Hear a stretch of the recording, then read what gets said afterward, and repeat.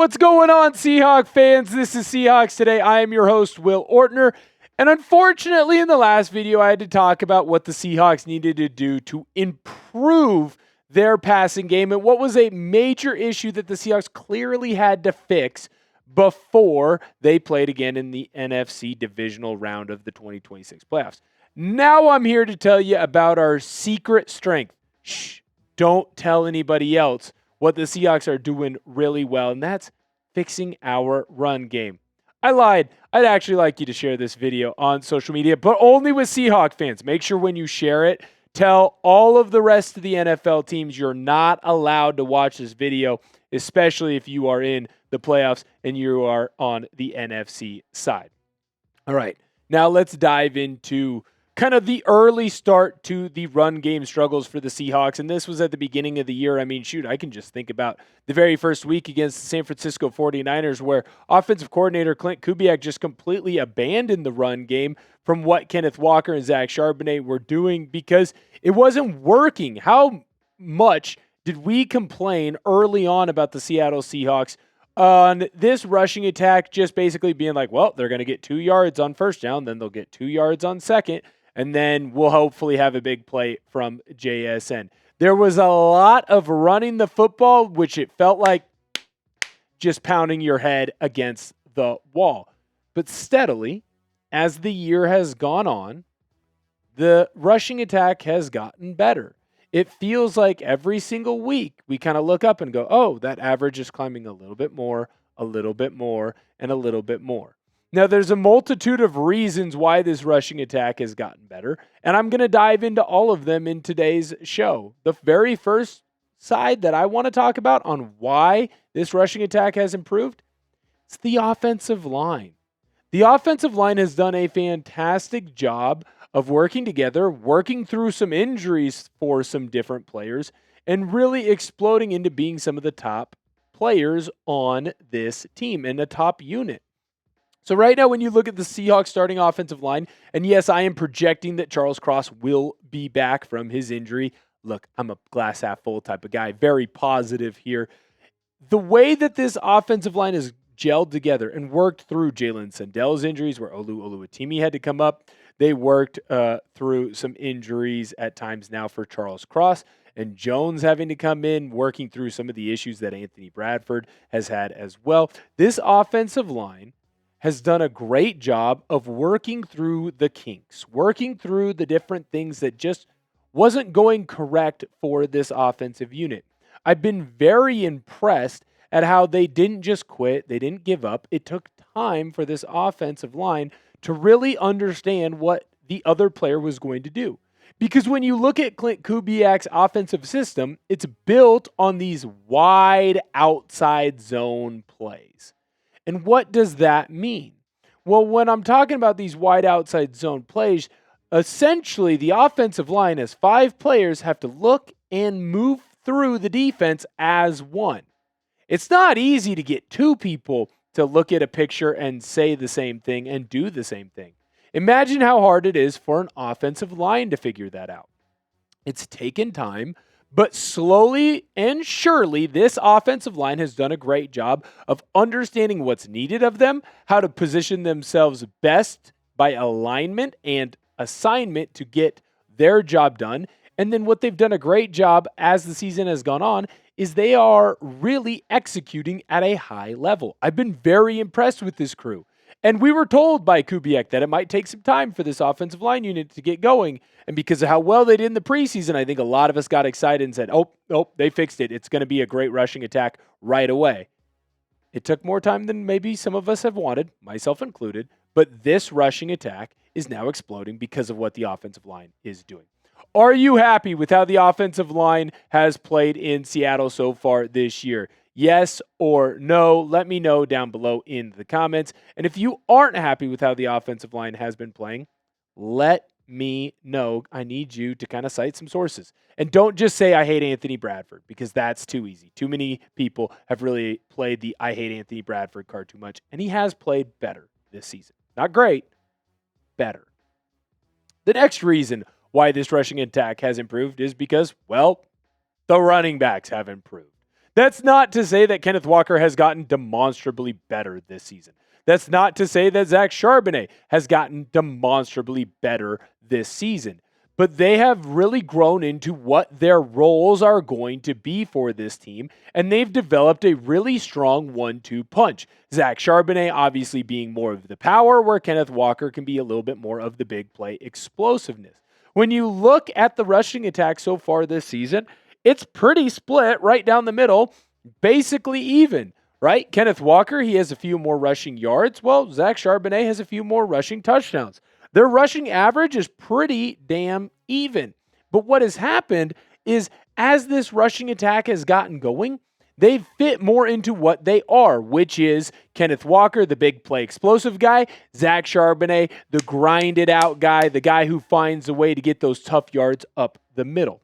And I want to dive more into both of their running abilities and what has made them so great this year and what has made this rushing attack go from being absolutely putrid to now, after watching Week 18 against the San Francisco 49ers, a really good defense, the reason why the Seahawks offense is winning a lot of football games. But before I do that, I need to let you know about the sponsor of today's video, and that's my good friends over at Rocket Money. I got a big vacation planned later on this summer, going back home, going to Washington, going to visit the family out in Ellensburg, and Rocket Money has been helping me start saving money right now. Rocket Money is a personal finance app that helps find and cancel your unwanted subscriptions, monitors your spending, and helps lower your bills so you can grow your savings. Rocket Money has been helping me track some of my subscriptions, and guess what? What do you know? We found out, Rocket Money helped me, that is, find that I was paying for a couple of streaming services a couple of times. So what did I do? Rocket Money helped me go in. We canceled the unneeded and unnecessary subscriptions, and now I'm saving that extra money.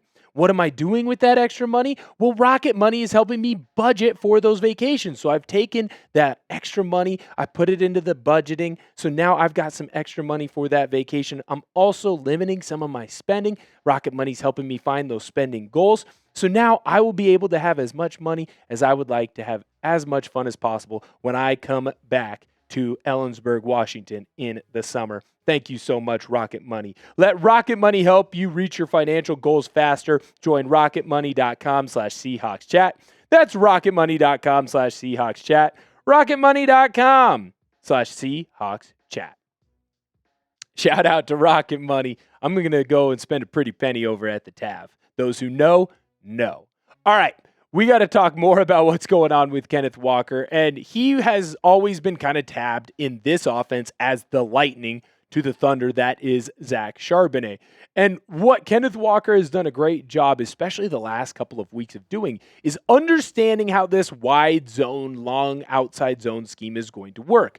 Essentially, he has done a great job of going through his reads quicker. You're noticing what Kenneth Walker is doing a great job now is bending the ball back across the grain against defenses. A lot of his big runs aren't to the front side, the outside of where he's trying to run to, whether that's left or right. He's doing a great job of letting Abe Lucas or Anthony Bradford, other side cross, and Zabel kind of push their guys past, and then he cuts back across the grain when the linebackers over pursue against him. It's led to a lot of big runs for Kenneth Walker, and that's what you are starting to see as the season has gotten closer to a close.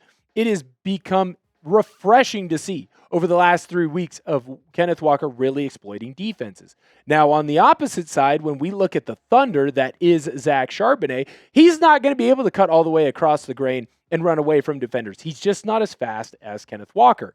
What is Charbonnet doing a great job of is lowering his shoulder and running through defenders. And what I think you have seen and are going to continue to see in the postseason is defenders really turn down opportunities to tackle Zach Charbonnet. Why? Because it frickin' hurts. You've seen the picture of him on the thumbnail. Dude is rocked up. He's super strong. And you're seeing him really push through opposing defenders. I've really been impressed with everything that I've seen from both of these guys as they continue to get better and better as the season goes. And it's really leading to a strength for the Seahawks. We have one more reason why this rushing attack is improving. But first, I got to get you to subscribe to the channel. Why? Because we are just so close to reeling in Dolphins today. We're within, I'm bad at math, just barely outside of 200 subscribers, just within 300. We're getting that fish on, reeling in Dolphins today. Come on in, hit that sub button. Why? You get daily Seattle Seahawks content. By the way, because you guys have come in and subscribed to the channel so much, we are going to be able to do a live watch party, hate watching that Philadelphia Eagles and San Francisco 49ers game on Sunday. So make sure that you subscribe to the channel so you can come in and join myself and Cyril while we boo those stupid 49ers. Hit that sub button. The last thing that we have to talk about with the Seattle Seahawks is how opposing defenses are going to play us. After how well the Seahawks did in the rushing attack in the preseason, you saw early on in the year a lot of opposing defenses really load up the box. Well, that left open Jackson Smith and Jigba, and that left open Sam Darnold opportunities to go and find JSN. What you are starting to find now is that teams do not want to let Rashid Shaheed run wild.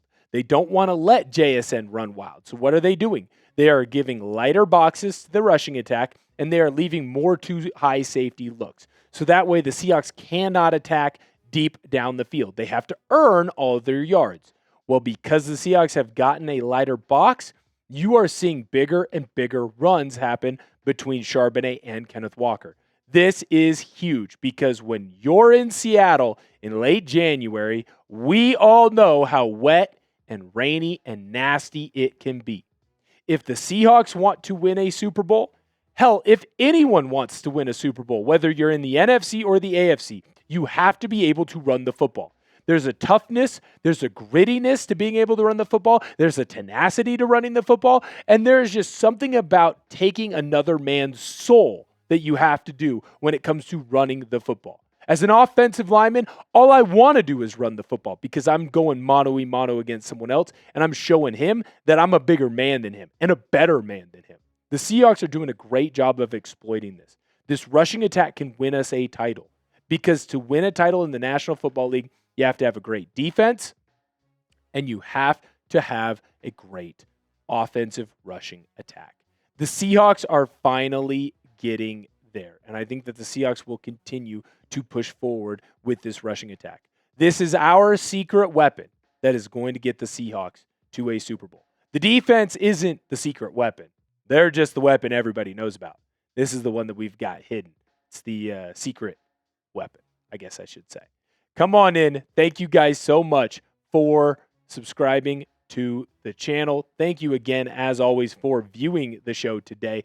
Go on in and hit that share button. Help other people that are Seahawk fans that bleed blue and green. They are 12s, and it's written in their social media bio. Help them find our channel here on Seahawks Today. Share the video with your friends that love the Seattle Seahawks. Thank you guys so much for tuning in, and I'll see you guys next time.